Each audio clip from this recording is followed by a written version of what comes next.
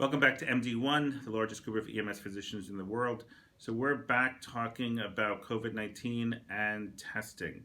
And I want to just talk about a few things. One is today you get me in a hat and a job shirt with my patches because we just came from a testing center and we are here in New Jersey and it is cold outside. In fact, it's freezing rain.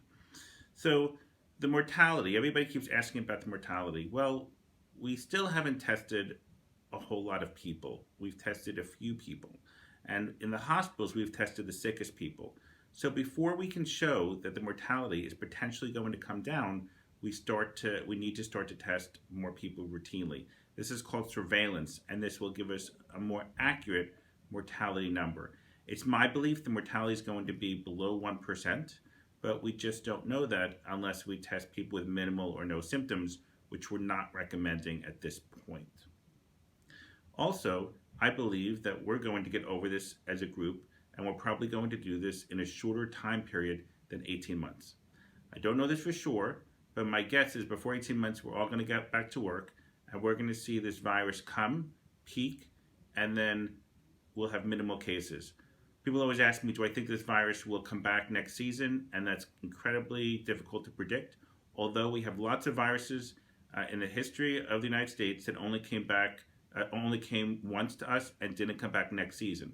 However, we should have a vaccine next season anyway, so it won't be as much of an issue. I also can predict that I think the warm weather is going to diminish the number of cases. One, because coronavirus doesn't live very well in warm weather, and two, more importantly, during warm weather, people generally go outside more, so they're not all collected in small areas and violating social distancing. Social distancing is important right now because it's very difficult to transmit this virus if you're more than 6 feet apart. If you have to be within 6 feet, use a plain surgical mask. And if you have to be within 6 feet and you're near somebody's airway, if they're using some sort of breathing treatment or you're near suctioning them or doing anything along those lines, then we're recommending an N95 mask.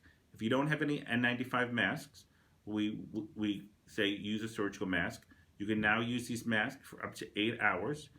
That's a CDC recommendation. I'd rather see you use the mask longer than 8 hours if you have no choice or you only have a few left. But this is really important to do.